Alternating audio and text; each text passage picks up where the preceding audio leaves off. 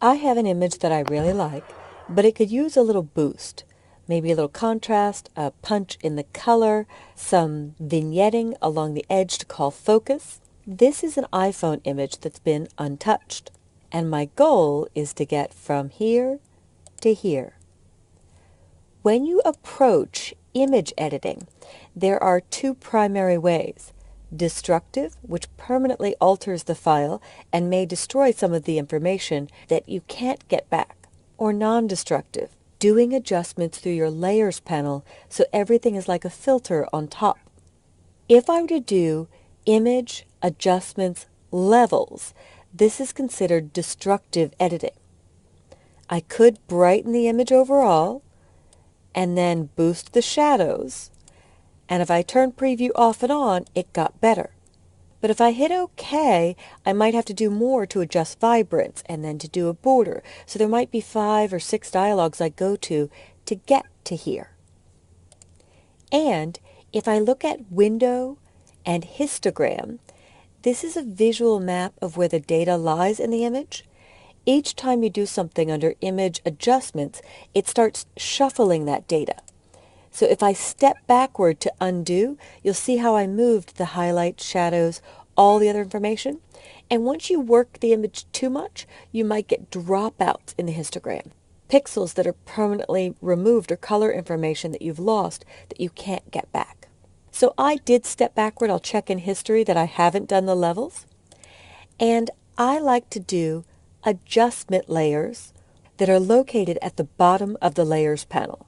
So I could choose to do levels here and stack a lot of corrections. However, added in the last version of Photoshop, when we went from CS6 to CC, is the ability to run Camera Raw as a filter. And if I want to make sure that these settings are editable tomorrow, I never run a filter without choosing Convert for Smart Filters. Doing Filter, Camera Raw would be permanent or destructive. Choosing Filter, Convert for Smart Filters protects the original image inside the layer. So when I hit OK, I see this tiny icon in the lower right corner that is a smart object icon, technically embedded or protected data. And I'll name this layer Red Riding Hood, just because I like to name my layers. And now let's correct the image. I zoomed in a little bit, but I believe I'll be using the dialog for Camera Raw anyway. So now anything I choose under Filter is non-destructive and permanently editable. So Filter, Camera Raw Filter. I love Camera Raw because it gives me so much movement on the color all in one spot. So I'm going to turn off this little warning I have on, which shows me that in the original shot I lost some highlight detail. This data is blown out. I might be able to bring it back, but this little triangle in the upper right corner called highlight clipping warning is what's showing me these red pieces. That may not be on for you. So instead of levels, I can use exposure, as if I were in a dark room, to lighten this overall or darken it overall, depending on my goal. I almost always go to blacks next and get much richer colors, and anything in this black or dark gets brightened. And here the middle icon is swap before and after settings. If you used earlier versions of Photoshop, there was a preview checkbox up here. Now they've moved what is preview to 3 different options, but this will show me before and after. Just the letter P will make the switch, but before, after. Before, after. I love it. I can lighten the shadows or darken the shadows if what I see down there isn't something that's important to me.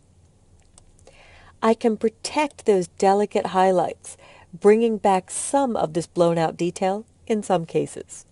And if I scroll down, the last 2 things I normally do in Camera Raw is I adjust clarity, which almost looks like it's sharpening. If you go really far, it gives it this really hard look where all the edges are emphasized. But technically what it is mid-tone contrast. Everything in between light and dark gets more contrast.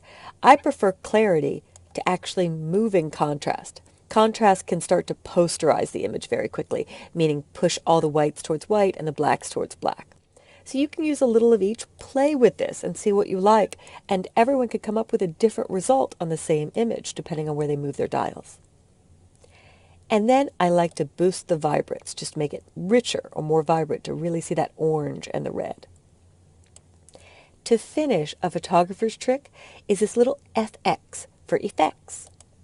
If I hit FX, I can do a burning of the corners, or what's called a post-crop vignette, which actually looks like a light is shining towards the child's face by sliding the amount to the left.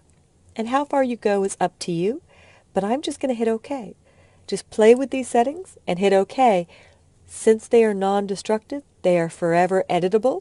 If I get a proof back or upload this or email this and someone says, okay, the color's a little too punched, a little too vibrant, I'd like to go for a little more washed out look. Here in the Layers panel, I'll see the Camera Raw filter.